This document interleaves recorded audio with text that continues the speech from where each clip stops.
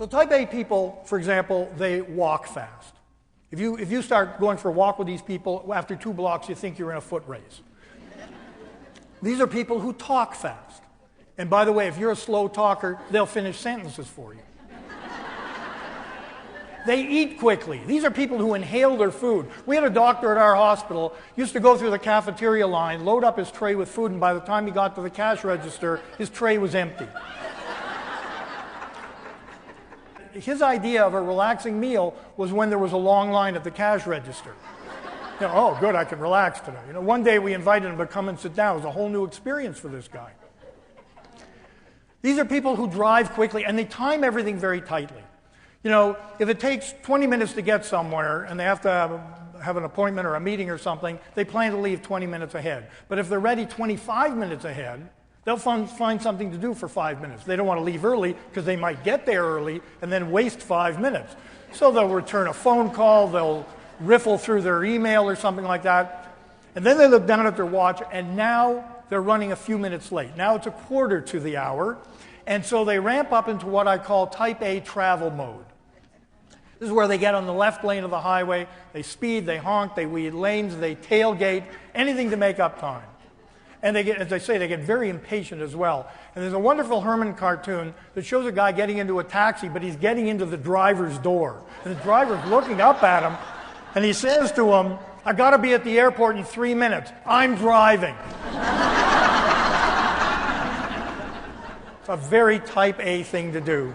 Most of our beliefs are subconscious. We're not even aware that we have them. And so they're more powerful because they're hidden. Let me illustrate this with one of my favorite stories. And this was a story about a woman who came to see me years ago for a very early morning appointment. And she came just frazzled. I mean, she arrived in my office looking like this, and I said, "Boy, you look pretty stressed out." She said, "I'm like this every morning." And I said, "Why?" She said, "Well, there's so many things I have to do from the time I wake up to the time I fly out the door to go to work." So I said, "Well, what are these things you have to do?" Whenever I hear words like have to, should, must, need to, I know I'm hearing a belief. So I said to her, "What are these things you have to do in the morning?" "Well, I have to get up, I have to get washed, I have to get dressed, have to have breakfast, have to make my bed, I have to get my kids up." I said, "Hold it a second. What do you mean you have to make your bed?" "Well, you have to make your bed," she said. Like, duh. And I said to her, "Well, where is that written? I'm not sure that I've ever seen that. Was that the 11th commandment I missed? You know, where did you learn that?" She said, "My mother taught me that, but everybody knows that." And I said, "Well, I've lived in places in the world where people didn't make their bed. I don't think you have to make your bed every day." I think that's actually not a truth. That's a belief. That's your version of the truth. But I don't think that's some cosmic truth. And I explained to her what beliefs were.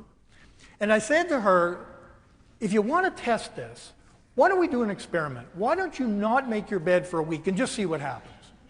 Now she looked at me like I was really loopy, you know, and also recoiling a little, thinking that I probably didn't make my bed that morning either, you know.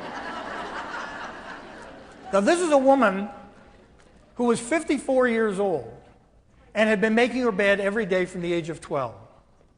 Now, that's a very rigid behavior based on a very rigid belief, but that's the way she operated. 2 weeks later, she came back, big grin on her face.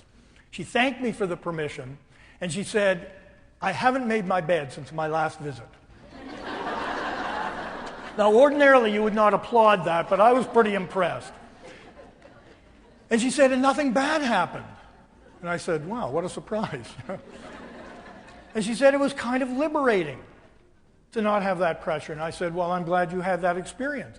And she said, "But you know what else?" And to me, this was the real key to the story. She said, "You know what else? I'm not drying my dishes anymore either."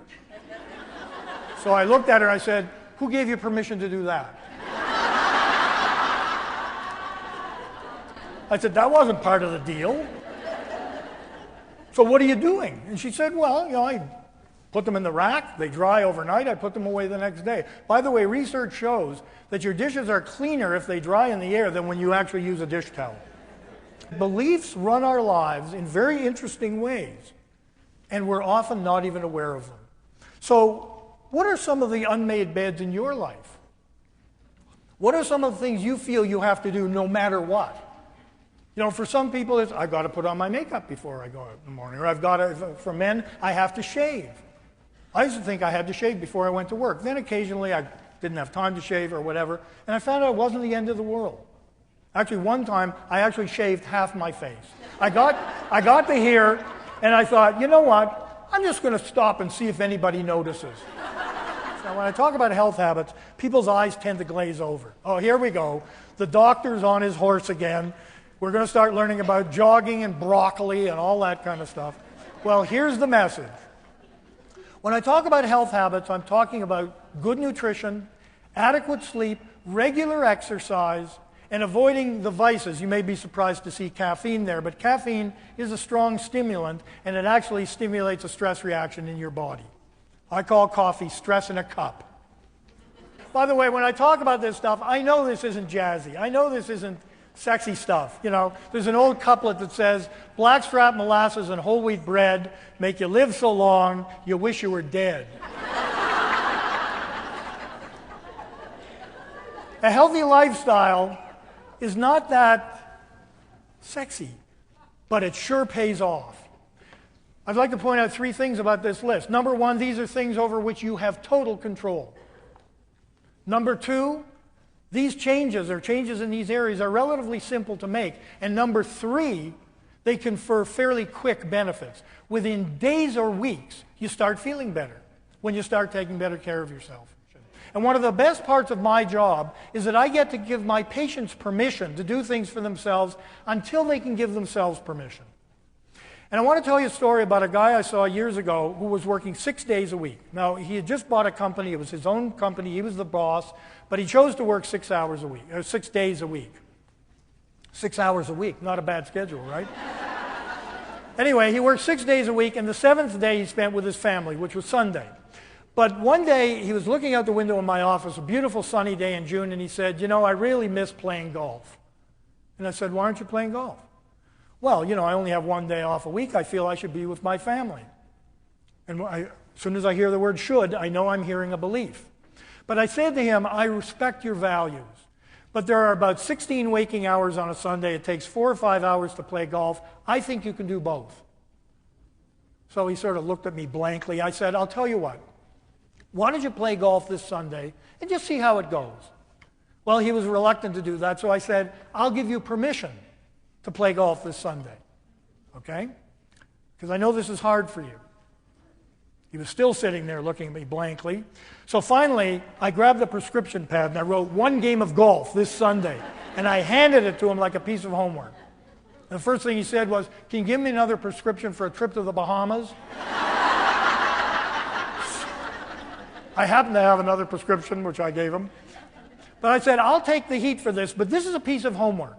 This is an experiment. Just try it out, keep an open mind, and see what happens. He came back the next week, big smile on his face. He thanked me for giving him permission. He said, we went to church early. I went and played golf. I was home by mid-afternoon, spent the rest of the day with my family. But I got some very interesting feedback from my kids. They said to me, Dad, you were different this week. He said, what do you mean? Well, you were more fun to be with. You were more relaxed. You were more engaged. You were in a better mood. He said, well, what was I like last Sunday? Well, a little preoccupied, a little withdrawn, a little restless. These were obviously very articulate children, very verbal. But what he had understood in that moment is something I want to share with you. Work-life balance is not a zero-sum game. Work-life balance doesn't mean that when you do things for yourself, you take it away from someone else. It means that when you do things for yourself, you actually have more to give to other people. When you meet your own needs, you have more to give to others. I want to wrap up by going back to what I said at the beginning. The key to reducing stress, the key to improving the balance in your life, not to make a perfect balance, to make a better balance. The key is to control the things that you can control. And what are the things we control? We control the way we behave, we control the way we think, and we control the lifestyle choices that we make. And if you take more control in those 3 areas, I can guarantee you that you will have less stress, more energy, and be more productive in all aspects of your life. Nothing I've said here this morning hasn't been field tested. I do it in my life, my patients do it in theirs with great benefit. And these are all things that you can do. I have nothing but the highest respect, admiration, and reverence for people who work with children. What you do matters profoundly, not only to these kids, but their families, and ultimately to the community and society as a whole. So I want to wish you a wonderful year ahead. I want to wish you ongoing success in your work. Good luck to all of you, and thank you very much.